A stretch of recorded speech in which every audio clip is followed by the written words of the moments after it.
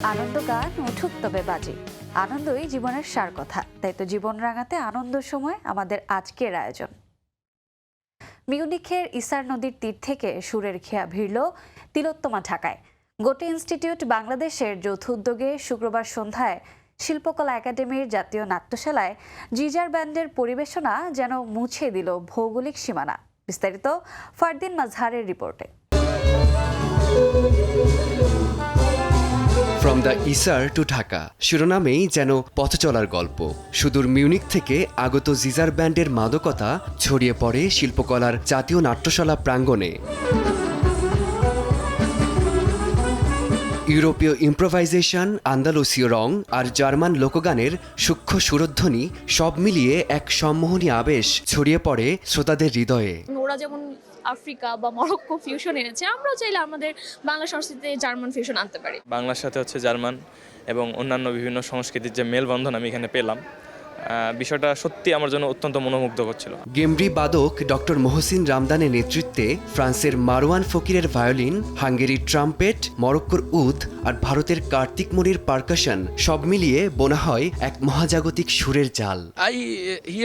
আগে শুনেছি বাংলাদেশের মানুষ অন্য দেশের গান পছন্দ করেন, আজ নিজ চোখে দেখলাম সত্যিই অপূর্ব। বাংলাদেশ জার্মান সাংস্কৃতিক বিনিময় উভয় দেশের সংস্কৃতিকে আরো সমৃদ্ধ করবে, এমনটাই আশা করেন বাংলাদেশের পরিচালক।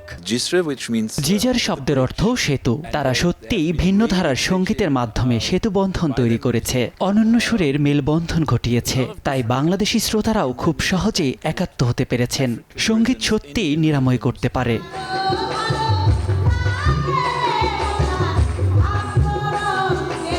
দূরদেশের বাদ্যধ্বনি আর বাংলার লোকসুর একই মঞ্চে মিশে তৈরি করলো সীমাহীন একতা, প্রমাণ করলো সঙ্গীতের শক্তি সব সীমানার ঊর্ধ্বে।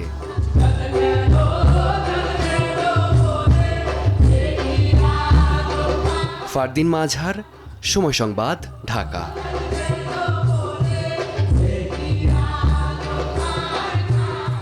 এ শুধু একটি নাটক নয়, একটি ঘর, অনাবৃত সত্যের এক অনন্ত যাত্রা।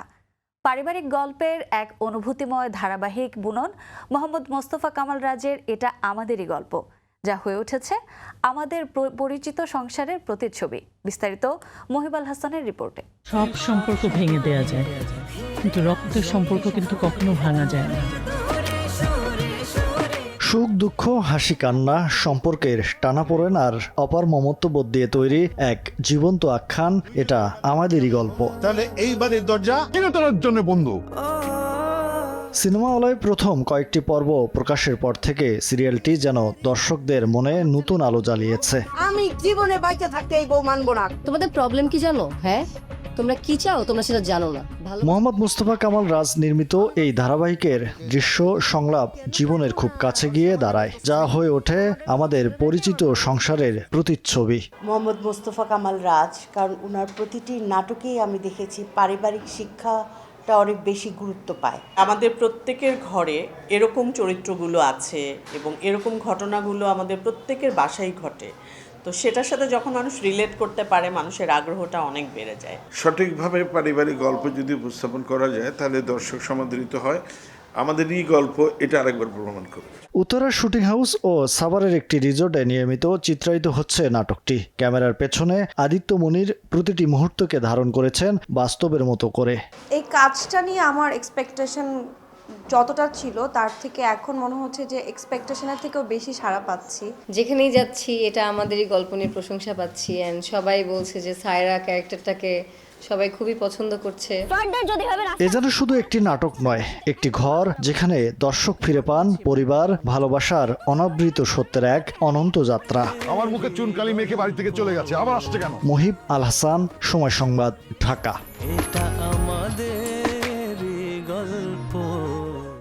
অভিনয়ের মতো সুরের মঞ্চেও ঝলমলে তাসনিয়া ফারিন। তার নতুন গান মন গলবে নায় সঙ্গীত শিল্পী ইমরানের সঙ্গে ভাসিয়েছেন সুরের খেয়া। সেই উচ্ছ্বাস ছড়িয়েছে শ্রোতা মহলেও। বিস্তারিত তাহমিনা তন্নির রিপোর্টে। সাইবেরিয়ার তুষার পাতে সবুজ ফসল ফলবে না। গানটির প্রথম সুর উঠতেই যেন পর্দায় খুলে যায় নতুন এক রহস্য। কেন্দ্রীয় চরিত্রে অভিনয়ের জাদুকরী তাসনিয়া ফারিন এবার সুরের তালেই প্রকাশ করলেন নিজের আরেকটি গোপন প্রতিভা। গানের মাধ্যমে ছুলেন ভিন্ন এক অনুভূতি। ইমরান মাহমুদুলের সঙ্গে মন গলবে না শিরোনামের এই গানটিকে ঘিরে বহুদিন ধরেই ছিল তুমুল উত্তেজনা। অবশেষে প্রকাশের পর গায়িকা হিসেবে নিজের অবস্থান জানান দিলেন ফারিন। শুধু অভিনয় নয়, সঙ্গীতেও সমান দক্ষ তিনি।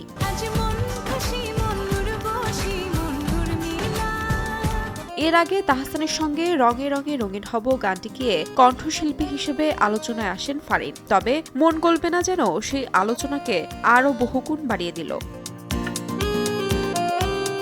গায়িকা হওয়ার পাশাপাশি গানটির মাধ্যমে তার প্রযোজক হিসেবেও অভিষেক। নিজস্ব প্রযোজনা প্রতিষ্ঠা ফরিং ফিল্মসের ব্যানারে নির্মিত গানটির কথা লিখেছেন কবির বকুল, সুর ও সঙ্গীত করেছেন ইমরান। আমার মতো একটা শিকড়হীন মানুষকে ভালোবাসবা প্লিজ।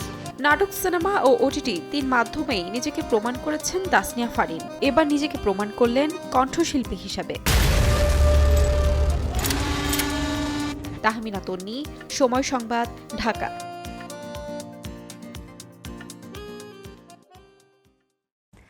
বাংলা সিনেমাকে বিশ্বমঞ্চে তুলে ধরেছিলেন তিনি। দর্শক তৈরিতে হয়ে উঠেছিলেন সিনেমার ফেরিওয়ালা। সিনেমা আন্দোলনেও ছিলেন পুরোধা। শিল্প, ইতিহাস আর জীবন নিয়েই তার চলচ্চিত্রিক পাঠ। তিনি বিকল্প ধারার অন্যতম সার্থক চলচ্চিত্রকার তারেক মাসুদ। বিস্তারিত প্রতিবেদনে।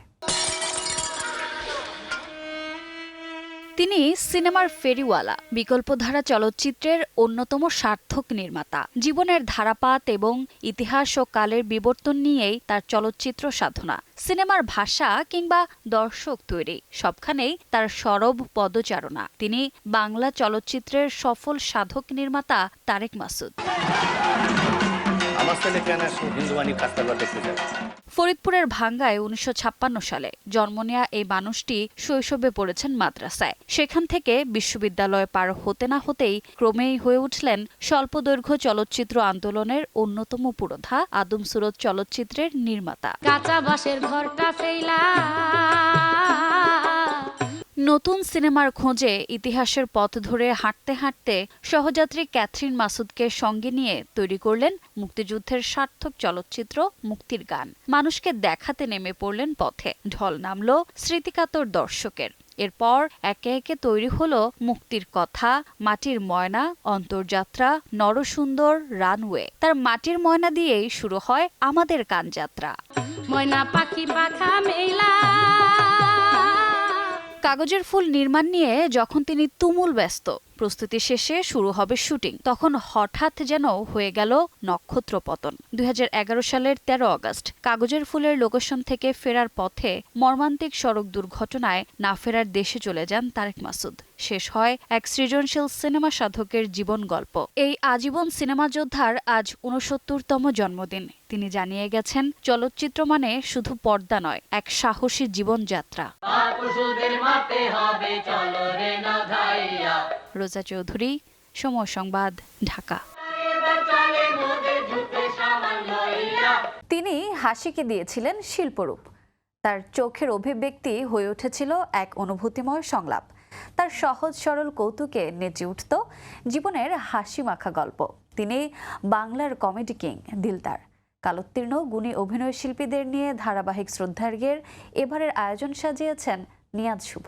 যে কারণে দেশে আইছি এই কাম হইব না। কি হইব না? বিয়া। ঢাকাই চলচ্চিত্রের কিংবদন্তি কৌতুক অভিনেতা দিলদার। ১৯৪৫ সালের ১৩ জানুয়ারি চাঁদপুরে তার জন্ম। ছোটবেলা থেকেই ছিলেন অভিনয়ের অনুরাগী। মাধ্যমিকের পর মাত্র ২০ বছর বয়সে প্রথম ক্যামেরার সামনে দাঁড়ান তিনি। তারপর থেকেই চেনাতে থাকেন নিজের জগৎ। মূল অভিনেতাদের সঙ্গে পাল্লা দিয়ে করেছেন অভিনয়। সে সময় কৌতুক অভিনেতা হিসেবে ছিল একচেটিয়া দাপট। দেশীয় চলচ্চিত্রের ইতিহাসে বারবার নিজেকেই ছাড়িয়ে গেছেন দিলদার।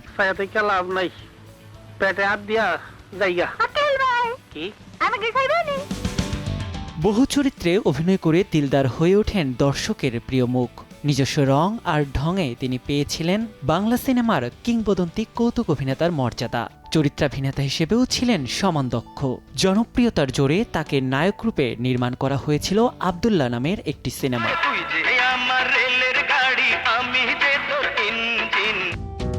কেন এমন হয় দিয়ে অভিষেক। এরপর চলচ্চিত্রের সুদীর্ঘ ক্যারিয়ারে উপহার দিয়েছেন বেদের মেয়ে জ্যোৎস্না, স্বপ্নের নায়ক, আনন্দ অশ্রু, নাচনেওয়ালি সহ অসংখ্য জনপ্রিয় সিনেমা। মানুষকে হাসিয়েই তিনি পেয়েছেন খ্যাতি। তুমি শুধু আমার সিনেমার জন্য ঘরে তুলেছেন জাতীয় চলচ্চিত্র পুরস্কার।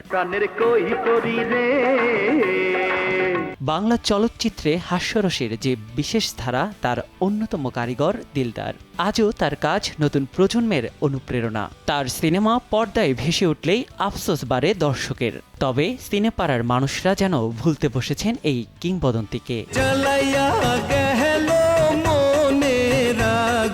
নিয়াজ শুভ, সময় সংবাদ, ঢাকা। এ ছিল আনন্দ সময়ের আজকের আয়োজন। সঙ্গে থাকুন সময়।